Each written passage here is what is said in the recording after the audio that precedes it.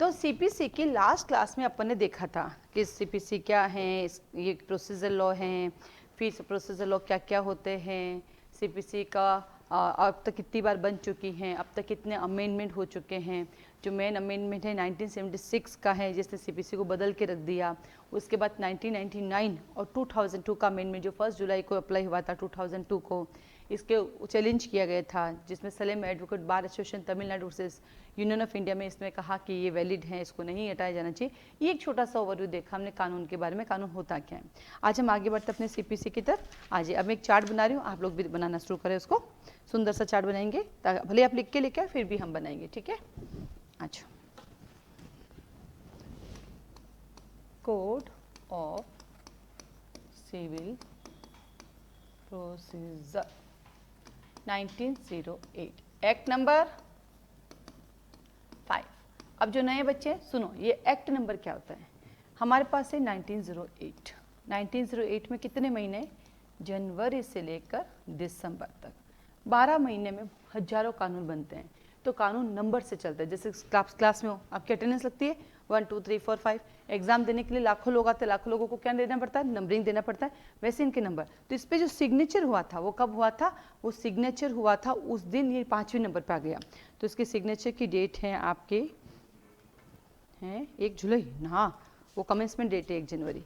Signature date अलग होती है। तो सिग्नेचर डेट कहाँ होती है, सुनो जो नए बच्चे हैं आप निकालो, सेक्शन 1 निकालो। सेक्शन 1 के ऊपर देखो तो सीपीसी लिखा है, कॉर्नर के अंदर देखो इसकी डेट लिखी 21 मार्च 1908। सेक्शन 1 की तरफ जाओ, जब सेक्शन 1 की तरफ जाओगे तो आपको एक डेट दिखेगी 21 मार्च 1908, वहाँ पे है ना। तो इसको सिग्नेचर डेट, तो यानी इसका जो सिग्नेचर हुआ था वो 21 मार्च को हुआ। इसका मतलब 21 मार्च 2008 तक, 1908 तक बहुत सारे कानून बन गए थे। तो इसका जब नंबर आया तो वो 5वां नंबर था, ठीक है। वैसे ही अभी हमारे जो नए लॉज आए ना 45, 46, 47, अब देखना 2023 में कितने कानून बने, क्योंकि हमारा BNS का नंबर है वो है हमारा क्या बोलते हैं 45, दूसरे का है 46 और तीसरे का 47, है ना। तो ये एक्ट नंबर समझ गए। तो एक साल में 12 महीने होते, 12 महीने में बहुत सारे कानून बनते। जब उसका साइन होता है उस दिन जो नंबरिंग लगता है उसको बोलते हैं एक्ट नंबर। ये याद करना होता है, करना होता है, क्योंकि आजकल जुडिशरी जो है आपको एक्ट नंबर भी पूछ लेती है, ठीक है। चलो आगे बढ़ते हैं अपन। अब आता है सीपीसी के अंदर कितने पार्ट्स हैं। वैसे चैप्टर्स वर्ड बोलते हैं, चैप्टर निकले तो भी पार्ट समझना, पार्ट निकले तो भी पार्ट समझना, है ना, एक ही चीज़ है दोनों। तो आइए सीपीसी के अंदर हमारे पास पार्ट है 11, सेक्शन है हमारे पास 158। अब आते हैं शेड्यूल। देखिए अपना घर बनता है तो घर में सब चीज़ें होती है, पर एक स्टोर रूम भी जरूरी होता है ना, क्योंकि सब चीज़ें तो कमरों में नहीं रख सकते, ठीक है। तो स्टोर रूम की जो होता है वो हमारा शेड्यूल होता है, जो एक्स्ट्रा जितनी चीज़ें स्टोर रूम में, जैसे हमारा कॉन्स्टिट्यूशन, हमारा कॉन्स्टिट्यूशन में पूरी 12 शेड्यूल है। इसका मतलब वहाँ पर भी स्टोर रूम, वहाँ 12 स्टोर रूम है, यहाँ एक ही है, वो है एक ही शेड्यूल है। उस एक शेड्यूल के अंदर ऑर्डर 1 से 51 दिए हुए हैं। आप सोचो कि 1908 में जब सीपीसी बनी थी हमारे पास 5 शेड्यूल थी। फिर 1976 का जब अमेंडमेंट हुआ तो 4 शेड्यूल हटा दे। यदि वो नहीं हटाते तो दिमाग खराब हो जाता। अभी हाल ही की बात है, हम लोगों के राजस्थान में ना सिविल और क्रिमिनल रूल्स हैं, और आप जिस स्टेट से बिलोंग करते हैं ना, हर स्टेट में सिविल और क्रिमिनल रूल चलते हैं। आप जब कोर्ट में जाओगे और जब कोर्ट में वकालत करोगे तो आपके मुंह से एक बात निकलेगी कि अरे कोर्ट की प्रैक्टिस तो कुछ और ही है, किताबों में कुछ और लिखा है, ये आपके मुंह से निकलेगा। तो किताबों में जो लिखा है वो कोर्ट में नहीं होता, ऐसा नहीं है, क्योंकि हर स्टेट ने अपने स्टेट की सुविधाओं के अनुसार एक रूल्स बना रखे हैं। उस रूल्स के अकॉर्डिंग कोर्ट पे सारा काम होता है। उस रूल्स में ये भी लिखा हुआ है कोर्ट कितने बजे खुलेगा, जज साहब ऑफिस में कितनी देर बैठेंगे, फिर लंच टाइम होगा, फिर शाम के टाइम कब ऑफिस बैठेंगे, कब घर जाएंगे। उस रूल में ये भी लिखा हुआ है कि आपकी यूनिफॉर्म क्या होगी, आपको क्या पहन के आना होगा। उसको रूल में ये भी लिखा हुआ है कि आप कब अपनी फाइलें घर लेके जाके काम कर सकते हो, कब नहीं जा सकते। अब तो ये प्रैक्टिकल है ना, आपको इसमें कभी नहीं लिखा, सारा प्रैक्टिकल का रूल है। तो वो मुझे कैसे पता, क्योंकि हमारे यहाँ क्या होता था कि जब आरजेएस था 2013 से लेकर 2018 तक, तो हमारे सिविल और क्रिमिनल रूल भी इंक्लूड थे, वो ज़्यादा सही थे। उसमें ये भी लिखा है विटनेस को कटघरे में कब खड़ा करेंगे, विटनेस को बैठने की जगह मिलेगी कि नहीं मिलेगी, यदि वो बूढ़ा है तो उसको बैठा के एविडेंस लेंगे, यदि वो जवान है तो उसको बैठने की कोई जगह नहीं मिलेगी। इसलिए आप कोर्ट में जाना, ट्रायल कोर्ट में बहुत ऐसे कम कोर्ट होंगे जब कुर्सियाँ लगी हुई मिलेगी आपको, बहुत मुश्किल से कुर्सी होती है, बाकी खाली होता है। और इवन जो भी वकील आते हैं, जो भी विटनेस सब खड़े रहते हैं, उनके बैठने की जगह ही नहीं होती है। ये सब कहाँ लिखा हुआ है, ये सब उन रूल्स में लिखा है। तो आपको जब भी समय मिले अपने एरिया की, जब भी आप कोर्ट जाते हो, अगर प्रैक्टिस करते हो स्पेशली, तो रूल्स को जरूर पढ़िएगा, ठीक है। चलिए, तो यहाँ पे सब प्रैक्टिकल सारी चीज़ें का है, रूल्स में लिखी हुई है। तो इसमें शेड्यूल 1 to 15 आ गए, 51 आ गए, ये ऑर्डर्स हैं, ये वो रूल हैं जो कि सीपीसी में, और वो जनरल रूल्स कहलाते हैं। और वो जनरल रूल कहाँ बनते हैं ये भी बता दूँ मैं, हमारे प्री का सवाल आता था। और ये जनरल रूल बनाने का अधिकार हर स्टेट के अंदर हाई कोर्ट को है, आर्टिकल 227 में, आर्टिकल 227 हर हाई कोर्ट का है। एट द टाइम एक जुडिशरी है आंध्र प्रदेश जुडिशरी, जहाँ पर लोअर जुडिशरी में रूल्स पूछ रहे हैं, बाकी राजस्थान डीडीजी में हायर जुडिशरी में भी रूल्स हैं, ठीक है। तो आगे अपने पास 11 पार्ट है, 158 सेक्शन है, शेड्यूल हमारे पास एक है जिसमें 51 ऑर्डर है। अब क्या देखना है हमें, इसका कमेंसमेंट कब हुआ, लो जी आ गई कमेंसमेंट, अच्छी डेट है, याद कर सकते हैं हम, 1 जनवरी 1909। बहुत सारे कानून को आप देखना कि ना वो एक साल बाद अप्लाई होते हैं, जैसे अपन नए वाले देख लो, BNSS, BNSA, BSA, ये सब सिग्नेचर कब हो गए थे, 25 दिसंबर 2023 को गए, बट लागू कब हुए सब, 1 जुलाई 2024 को हुए। तो ये चलता रहता है, कुछ तो 10-10 साल भी लागू होते हैं, 10-10 साल बाद लागू होते हैं, ठीक है। देन आता है आपके पास 1 जनवरी 1909, बिहार जुडिशरी वालों, आपके कोर्स में एक और सब्जेक्ट है रजिस्ट्रेशन एक्ट, गुजरात जुडिशरी वालों के भी कोर्स में है, और दिल्ली जुडिशरी। तो जो रजिस्ट्रेशन एक्ट है उसका नाम भी यही है, रजिस्ट्रेशन एक्ट 1908, और वो भी 1 जनवरी 1909 को आया। तो ऑब्लिक करके लिख दो, जिसके कोर्स में रजिस्ट्रेशन एक्ट है वो लिखेंगे रजिस्ट्रेशन एक्ट, वो भी हमारा 1908 का है, और वो भी 1 जनवरी 1909 को अप्लाई हुआ। और सबसे बड़ी बात, उसका एक्ट नंबर याद करना बहुत ईजी है, कैसे, 8 दूनी 16, उसका एक्ट नंबर 16 है, तो ऐसे याद हो गया। सब चीज़ रटी नहीं जाती है, ट्रिक से भी काम करना पड़ता है, ओके। चलो, देन आता आपका सिग्नेचर कब हुआ, इसका सिग्नेचर भी बताया मैंने आपको, कितने मार्च, 21 मार्च, देखो 21 मार्च 1908 को हुआ, ओके। और इसका एक्सटेंड कहां पर है, लिखो होल ऑफ इंडिया, इसका एक्सटेंड कहाँ है, लिखो होल ऑफ इंडिया। ये होल ऑफ इंडिया इसका एक्सटेंड कब हुआ था, तो लिखो ये होल ऑफ इंडिया इसका एक्सटेंड हुआ था आपके 31 अक्टूबर 2019। क्या कंसेप्ट है दिनेश इसका, कंसेप्ट ये है कि 2019 में जो आर्टिकल 370 था जम्मू कश्मीर को रिलेटेड, जो उसको प्रोटेक्शन हटा दिया गया, वो हटाते सारे कानून में अप्लाई हो गए, इसलिए डेट आ गई। तो हर कानून की एक ही डेट होगी, लेकिन BNS, BNSS और BSA की नहीं, क्यों, वो तो अभी अप्लाई हुआ है, तो उसकी तो जरूरत ही नहीं है, ठीक है। ऐसे है ना, हमारे जैसे 1-2 कानून ऐसे भी है, जैसे TP एक्ट है हमारा, वो तो पहले से अप्लाई था हमारे, हाँ, लेकिन आज भी पहले भी हमारे ऐसे, जैसे ना आपका ट्रांसफर ऑफ प्रॉपर्टी एक्ट है ना, वो जम्मू कश्मीर में पहले से ही अप्लाई होता था, मोटर व्हीकल एक्ट पहले से अप्लाई होता था, NDPS एक्ट पहले से, वो जब बने तब से अप्लाई होते थे, कुछ एक्सेप्शंस भी हैं। आगे चलते हैं, आइए सबसे पहले हम चलते हैं, अब देखो एक बार बैरिक देखना अपना सब जने, हम जब भी पढ़ते हैं, जैसे हमने पहले CRPC पढ़ी थी, अब हम BNSS पढ़ रहे हैं, हम क्या बोलते हैं हमारे BSA पढ़ रहे हैं, हम BNS पढ़ रहे हैं ना, उन सब में हम देखते हैं चैप्टर 1 प्रीलिमिनरी होता है ना।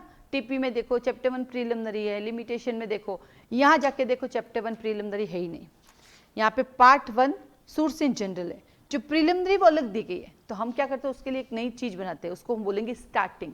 तो जब भी मैं आपसे रिवीजन के लिए पूछूंगी स्टार्टिंग, तो आप बोलना प्रीलिमिनरी 1 2 का 8, फिर मैं पूछूंगी पार्ट नंबर 1, तब आप बोलोगे सोर्स इन जनरल, ओके। तो आइए सबसे पहले प्रीलिमिनरी, तो इसको इसका टाइटल लगाएंगे स्टार्टिंग, क्या टाइटल लगाएंगे अपन इसको, स्टार्टिंग।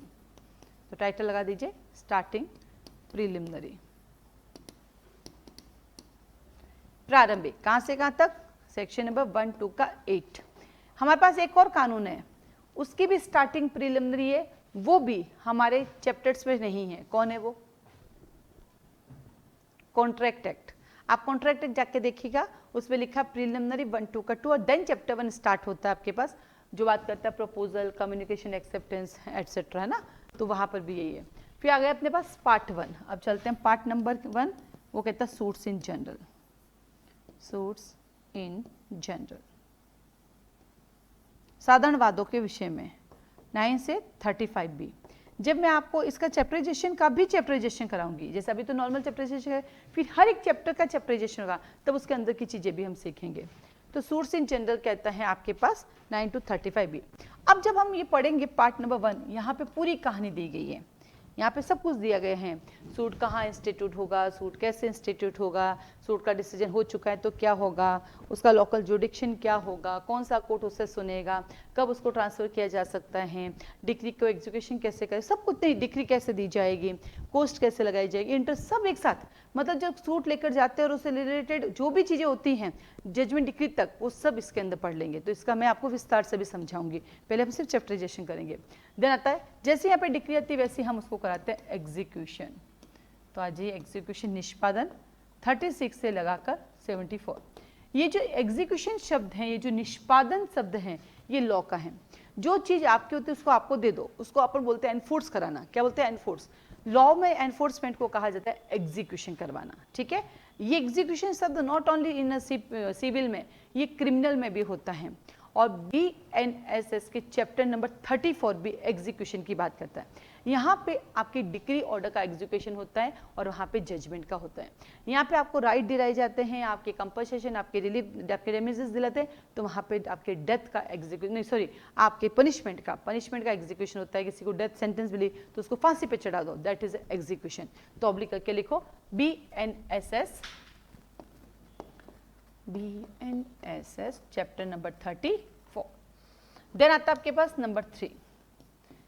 अब क्या हुआ, मैंने कहा यहाँ मैंने सूट लगाया और यहाँ एग्जीक्यूशन गए। इन दोनों के पास जाने से पहले बहुत नई नई चीजें आती है। जैसे मान लो यहाँ सूट इंस्टीट्यूट किया, यहाँ सब कुछ डिग्री विक्री सब कुछ यहीं मिल गया आपको, यहाँ आपका एग्जीक्यूशन हो गया।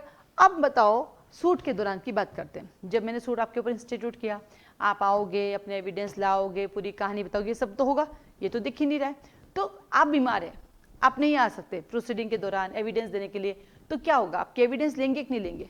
लेनी पड़ेगी। तो कैसे लेनी पड़ेगी? उसके लिए क्या करना पड़ेगा? उसके लिए मुझे कमीशन जारी करना पड़ेगा। Commission, this is not commission. जैसे लोग कहते हैं कि 2 स्टूडेंट लाना, मैं तुझे 5000 का कमीशन दे दूंगा। हमारे यहाँ कमीशन ही नहीं है। कई बच्चे कहते हैं ma'am discount, don't discount, no commission. Why? तो कि मैडम हम 5 बच्चे आ रहे हैं। मैंने कहा तो अकेला आ जा, जज बन के चला जा, तेरे जो बाकी के 4 है वो नेक्स्ट ईयर आ जाएंगे और 10,000 बड़ी भी फीस और देंगे। भाई हर साल फीस तो बढ़ती है ना, हर साल किराया बढ़ता है तो फीस भी बढ़ती है मेरी, तो नो कमीशन, दैट वो कमीशन है। ये होता है कमिश्नर। तो जो प्रोसीडिंग होती है उसको बोलते हैं कमीशन। एक बंदा आपके घर आता है और वो आपके एविडेंस लिखता है, फिर कोर्ट में जाके देता है। वो बंदा कौन हो सकता है, उसकी क्या क्वालिफिकेशंस है, ये सब सिविल रूल में लिखी हुई है, ठीक है। उस कमीशन की प्रोसीडिंग को बोलते हैं इंसिडेंटल प्रोसीडिंग। देखो आपके पार्ट 3 में लिखा हुआ है इंसिडेंटल प्रोसीडिंग, लिखा हुआ है, आ जाओ। इंसिडेंटल प्रोसीडिंग, इसको मैं शॉर्ट में बोलती हूं कमीशन, ठीक है। कहां से कहां तक? 74 से लेकर 75 से लेकर 78 तक। अब जैसे कि सीपीसी के नाम से आपको डर लगता है, किसी ने आपको डरा दिया, इसमें ऑर्डर भी होते हैं, सेक्शंस भी होते हैं, रूल्स भी होते हैं, सो मेनी कंफ्यूजन्स होते हैं, तो आप टेंशन फ्री रहो। मैं तो देखो जैसे आपको ना 0 से पढ़ाती हूँ, मैं पहले आपको सेक्शंस पढ़ाऊंगी, सेक्शन के बाद मैं आपको ऑर्डर्स पढ़ाऊंगी, फिर ऑर्डर के बाद सेक्शन को वापस कोरिलेट कराऊंगी, वो खुद ही याद हो जाएगा। क्योंकि हम पढ़ रहे हैं जुडिशरी पॉइंट ऑफ व्यू से, हमें जज बनना है। तो जब जज बनना है तो हम लाइन टू लाइन पढ़ेंगे, फिर जब ऑर्डर आएगा तो वापस मैं इसको कोरिलेट करूंगी, तो ये आपके सेक्शन 2 बार रिविजन हो जाते हैं, ठीक है। तो इस कमीशन का एक ऑर्डर भी अपने आप, जैसे इसमें भी, इसका भी एक ऑर्डर है, इसके अंदर के ऑर्डर है। इसका जो ऑर्डर है वो है ऑर्डर नंबर 21, जिसके अंदर 106 रूल है। कितने रूल है? 106। यही प्री का सवाल है, ऑर्डर नंबर 21 में कितने रूल हैं? 106। अब इस कमीशन का भी एक हमारा ऑर्डर है, वो कौन सा है? ऑर्डर नंबर 26, ठीक है। तो क्या कहा स्टार्टिंग में प्रीलिमिनरी यही, फिर सूट लाए, फिर एग्जीक्यूशन कराए, फिर आपने कहा मैं तो आ ही नहीं सकती, तो इंसिडेंटल प्रोसीडिंग की। अब आता है हमारे पास, आपका सूट किसके अगेंस्ट चल रहा है? सरकार के विरुद्ध। सरकार कौन है आपके लिए? पर्टिकुलर है, तो ये पर्टिकुलर। अगला कहता है आपके पास स्पेशल, सरकार आपका नहीं, पर्टिकुलर सही है, पर्टिकुलर है। तो सूट इन पर्टिकुलर केसेस, क्योंकि सरकार के विरुद्ध जब आप केस करोगे तो चीजें बदल जाएगी, तो लिखो suit in particular cases. Number 4,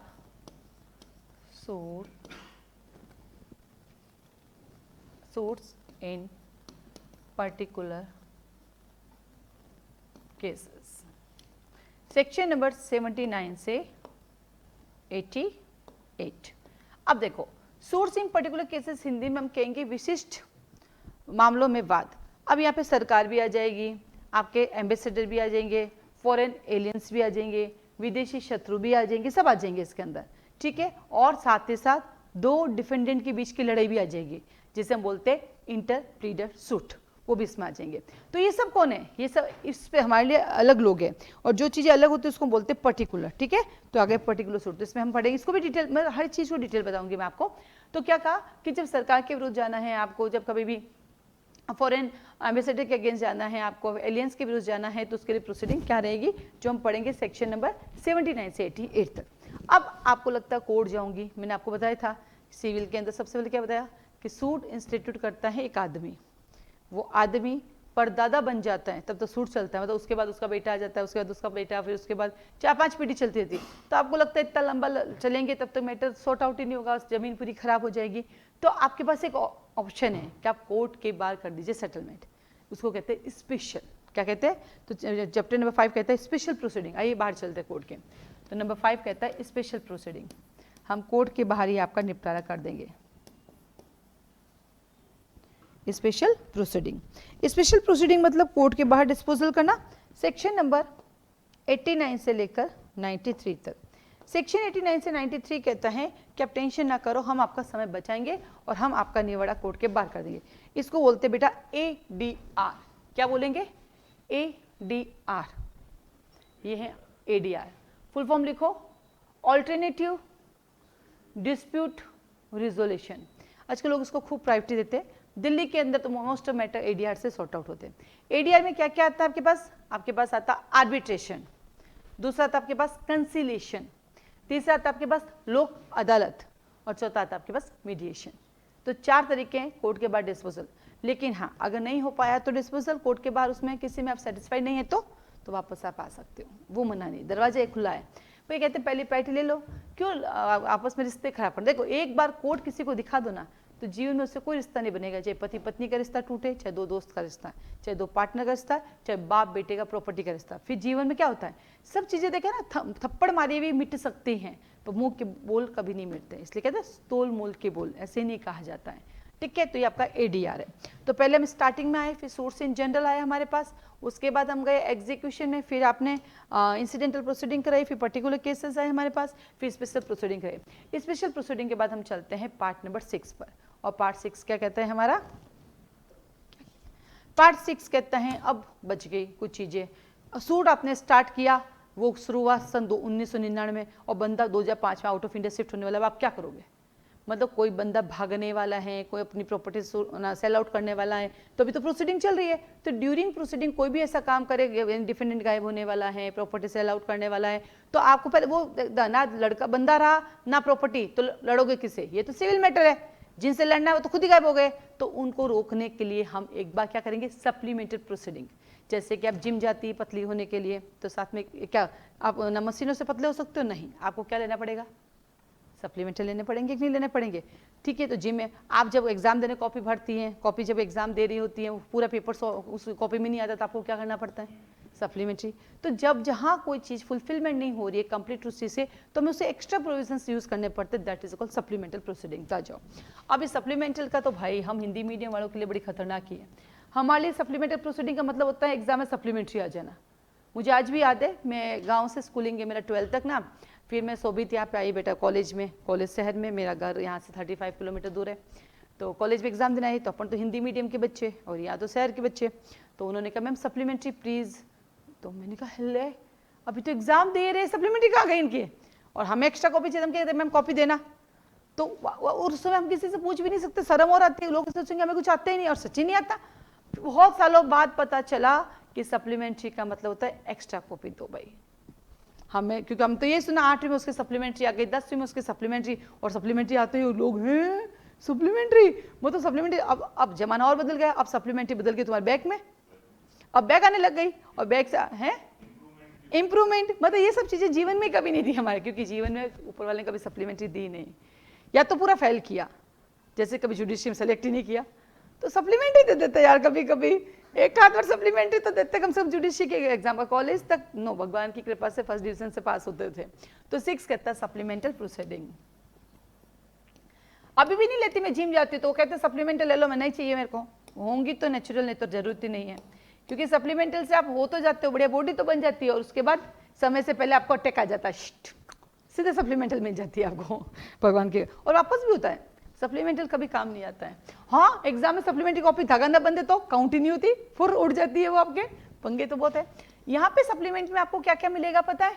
उस बंदे को बाहर जाने से रोकने के लिए हम सिक्योरिटी ले लेंगे, कोई प्रॉपर्टी बेचने वाला तो उसका हम अटैचमेंट कर लेंगे, है ना, हम टेम्प्रेरी इंजेक्शन दे देंगे, हम इंटरलोक्यूटरी ऑर्डर दे देंगे, देखिए प्रोसीडिंग के चलते चलते बीच में सब में बैन लग जाएगा, यहाँ सप्लीमेंटल। अब इधर आओ वापस, तो हमारे पास पार्ट 1 क्या था? सूट्स इन जनरल, और यहाँ से हम यहाँ पे गए तो सीधा एग्जीक्यूशन, तो इसके बीच में ये सब आते हैं 3, 4, 5, 6, ये चारों प्रोसीडिंग यहाँ से यहाँ पहुँचने में आती है, 3, 4, 5 और 6।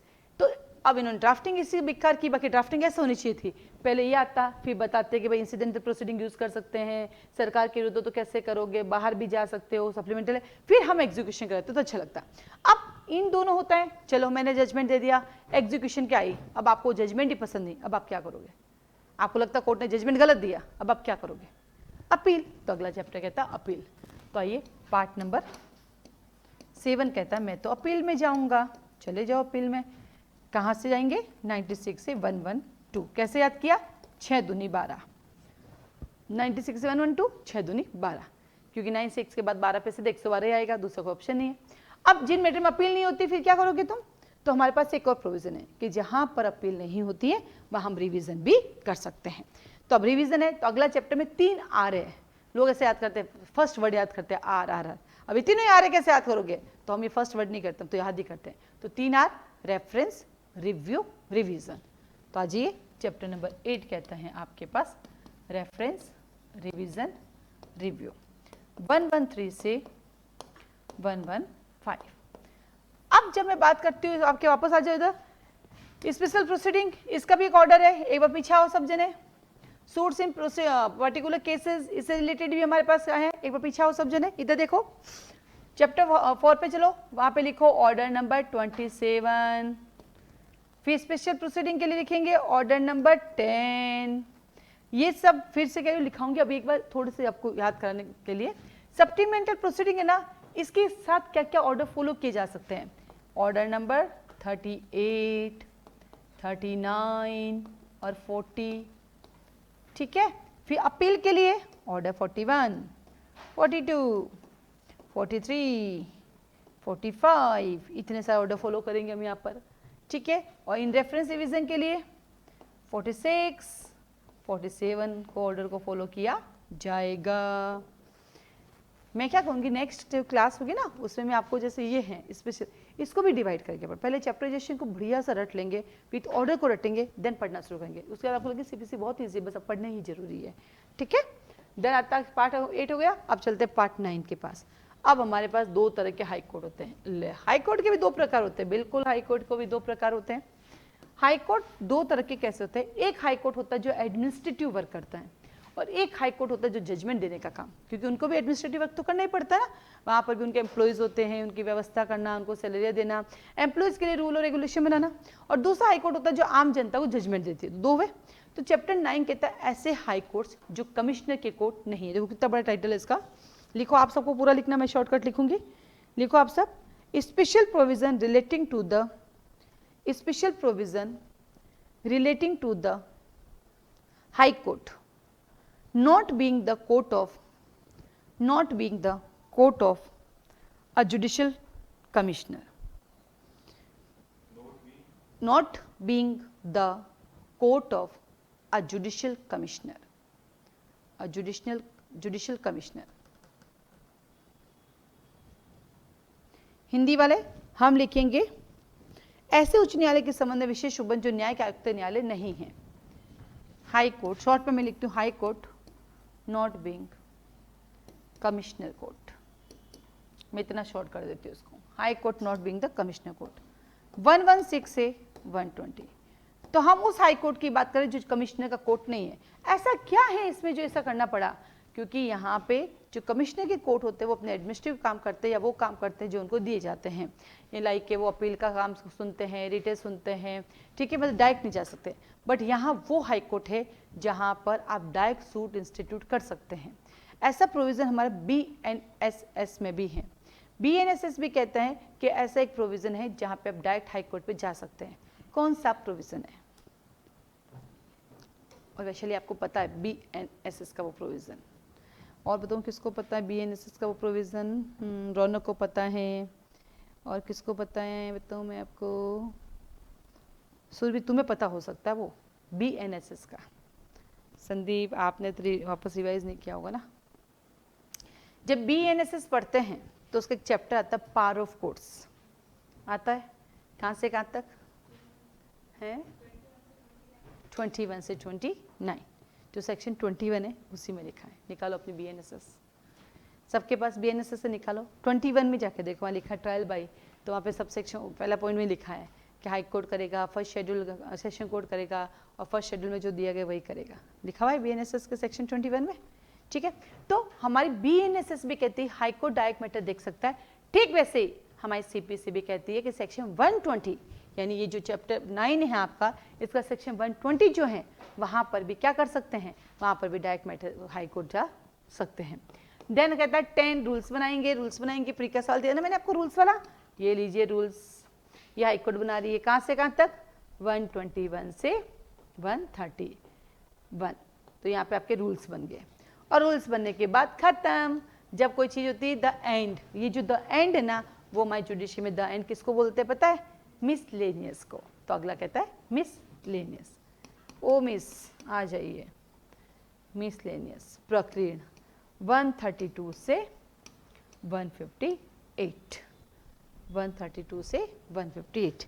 फाइनली यहाँ पे सब कुछ खत्म हो गया।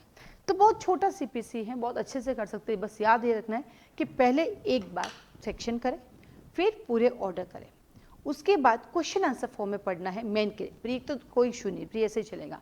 मेन के लिए फिर क्वेश्चन आंसर फॉर्म में जब पढ़ेंगे तब ऑर्डर और इसको साथ करना है। जब दोनों ही पढ़े हुए तो जोड़ने में क्या दिक्कत है? जब घर में सामान पड़ा है तो घर बनाने में कोई धक्के ले, पहले सामान तो ले आओ। आप पहले फर्नीचर खरीदते हो और फिर पत्थर, जबकि करना क्या पड़ेगा? हाँ, क्योंकि पहले फर्नीचर खरीदोगे तो जब तक पत्थर आएगा बनेगा तो फर्नीचर खराब हो जाएगा। तो कुछ लोग हैं जो आपको डराते हो, अरे नहीं ऑर्डर और सेक्शन 7 पढ़ना है तो भेजे में नहीं जाएगा। तो पढ़ के देख लो, जाए तो फिर भी नहीं जाएगा। इससे अच्छा है कि भैया अपन को ज्ञाता नहीं बनना, अपन को अपना जज बन जाए, अपनी ज़िंदगी बन जाए। और कोर्ट में वकालत करोगे ना, पूरी CPC नहीं चाहिए, 7-11 आना चाहिए। आधी वकालत वैसी हो जाएगी आपकी, आधी वकालत डिपेंड है 7-11। बस रिजेक्ट कराते रहो, दिन भर रिजेक्शन, आपका क्लाइंट आपको पैसे दे देगा। और कोर्ट में जाने के लिए CPC चाहिए, जरूरत ही नहीं पड़ती। अब जाओ, 5-6 प्रोविज़न है, महीने भर जाओगे सिविल कोर्ट में जाके बैठो, वो 5-6 प्रोविज़न खुद ही याद हो जाएगा। CPC की कभी आपको खोलने की जरूरत ही नहीं पड़ेगी, इतनी बड़ी CPC उसके लिए ही नहीं। इसीलिए तो कल ही किसी मंत्री जी ने कहा था, मैंने कोई रिकॉर्डिंग देखी थी, किसी मंत्री जी ने कहा कि हाई कोर्ट और सुप्रीम कोर्ट जजेस को भी पास होने के लिए एग्जाम होना चाहिए। मैंने कहा भाई मंत्री जी बड़े महान है, गजबी मंत्री जी थे, कोई मीणा जी थे मंत्री जी, पूरा तो टाइम नहीं मिला। वैसे वो सही कहा उन्होंने, गलत तो नहीं कहा, क्योंकि जो पेपर हम देते हैं ना उनको पूछो आप देख के बताओ।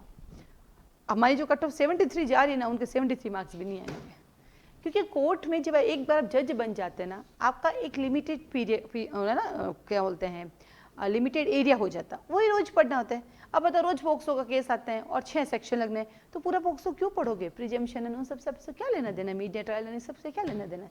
जब आप CRPC का काम कर, BNSS का काम कर रहे हो, FIR आ गई, ले लिया, अपने अपना ट्रायल शुरू कर दी, आपको क्या मतलब चैप्टर नंबर 1 से लेकर चैप्टर 10 क्या है, वो आपको क्या लेना देना है?